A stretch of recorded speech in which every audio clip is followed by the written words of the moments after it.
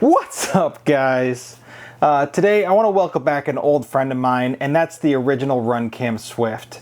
I don't know if you've seen one of my older videos where I said I was done with the Runcam Swift, but I know some folks over at Runcam did, and it just turned out to be really, really cool of that company to reach out to me and said, reach out to us, let's chat about what happened. They have concerns about one of their products if it's not working well. They stand behind their products and they wanted to chat about it.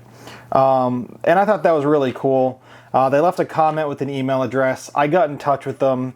They chatted back and forth about my experience and what I was seeing, and they were basically able to let me know that it was definitely an issue with the camera that I had. So what they ended up doing actually is they sent me a brand new replacement of the exact same camera. The same Runcam Swift, the same lens and everything. And just for my troubles, they threw an extra 2.1 millimeter lens in there for me, which was really cool. They didn't have to do any of this stuff. I think the way I work in this hobby is, so many of the parts, I don't know that the manufacturers really stand behind their products. And I feel like if I get something that doesn't work well, then that's just kind of on me and time to try something else. But that's not the case with Runcam, at least it doesn't seem to be. Now I can tell you when I got it, I put it in my Martian X frame here, and this is the one that I've been flying the most lately. But I'll also tell you that when I first started flying that camera, I was a little bit scared. If you remember that video, as I was flying, the picture would just go black, right? So if I punched out too hard for too long, the picture would go black. It would come back in a second or two, but you were just terrified. You didn't know where you were, what was happening. If you hit something as you're going, like if you were flying and hit a gate, it would go black for a second and then come back. So I was real hesitant flying this Martian X when I first had the Runcam Swift in it. But what I can say is that with this new Runcam Swift, I've had zero issues whatsoever, and I gained more and more confidence. Now, I also don't know if you remember from that video, but I said I love the picture of the Runcam Swift. Honestly, it's probably my favorite FPV picture that I get from any camera. It worked well in the dark, worked well in the day, always works well, does a great job with contrast, really good colors. Maybe not the sharpness that you get with some of the newer CMOS cameras, but it's a really, really phenomenal camera. The only issue I had at the time was it was unreliable. And when your vision's everything, you just can't have unreliable. Now, after I started gaining my confidence in this build here with the Runcam Swift, I started flying this almost exclusively. I was always flying this build. It's my go-to flyer now. Almost all my videos lately, this is pretty much the only thing I fly. It's just a phenomenal quad. I love these motors. I love everything about it, and I love that camera.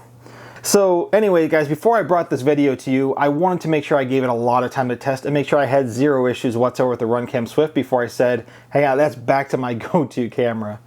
Now, unfortunately, I can't show you the one they sent me because I broke the frame. I broke the standoffs in the race.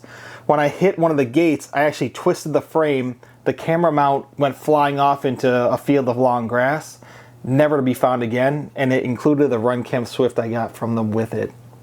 So what was I to do, right? I'm already hooked on the Runcam Swift. That's what I want. And as a result, I went and picked up the Runcam Swift Mini. And this is giving me the same high quality picture, works phenomenally.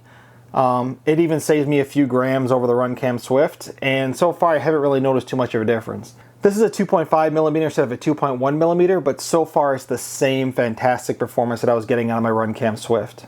So what's the bottom line, guys, right? I feel a little bit bad for saying I was done with the Runcam Swift, but what I should have said is I was done with that Runcam Swift. And at the time, I didn't think I was going to go back to buying Runcam Swift cameras. I just didn't trust them. But getting that one to try from Runcam as a replacement gave me complete confidence. Still my favorite picture across any camera. I beat the living crap out of that thing when it was in here and had no issues along the way. Since then, I've ordered a bunch more Runcam cameras. I have a Runcam Swift 2 in one build, have another Runcam Swift 2 on the way, have another Runcam Swift Mini on the way, and I'm also going to give the Runcam Eagle a try as well, just because I'm having such good luck. And I want to try something with a high quality, high contrast CMOS sensor and a 4:3 aspect ratio to compare it to the Monster V2 that I've been using on one of my other builds. So anyway, big fan of Runcam. Love the stuff that they're putting out. Definitely glad they got in touch with me. I was able to give them another shot, and that's definitely my go-to camera again. So, you know, shout out to Runcam. I think the biggest thing we could ask for in this hobby that's growing so fast with so many different vendors, so many different suppliers, is a company that stands by their products. Runcam is clearly that company. They stand by their products. They did right by me. You know, I hope they'll do right by all of their customers. It's really appreciated. Loving the Runcam Swift. Hopefully I can put this one through as much trouble as the other one that I lost, and I'm going to keep enjoying it. Anyways, guys, I just wanted to give you that update. Full confidence in the Runcam Swift again. So happy the company stands by their products, and I'll catch y'all next time. Peace!